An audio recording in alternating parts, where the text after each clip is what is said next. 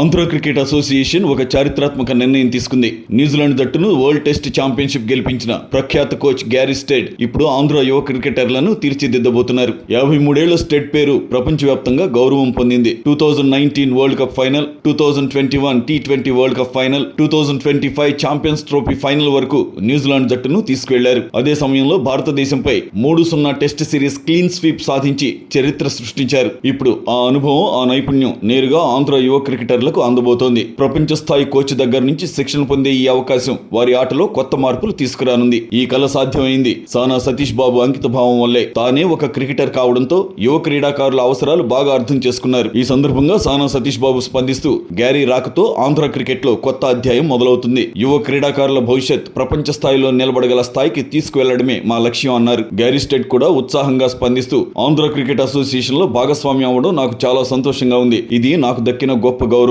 ఇక్కడ యువ క్రికెటర్ల ప్యాషన్ నిజంగా అద్భుతం.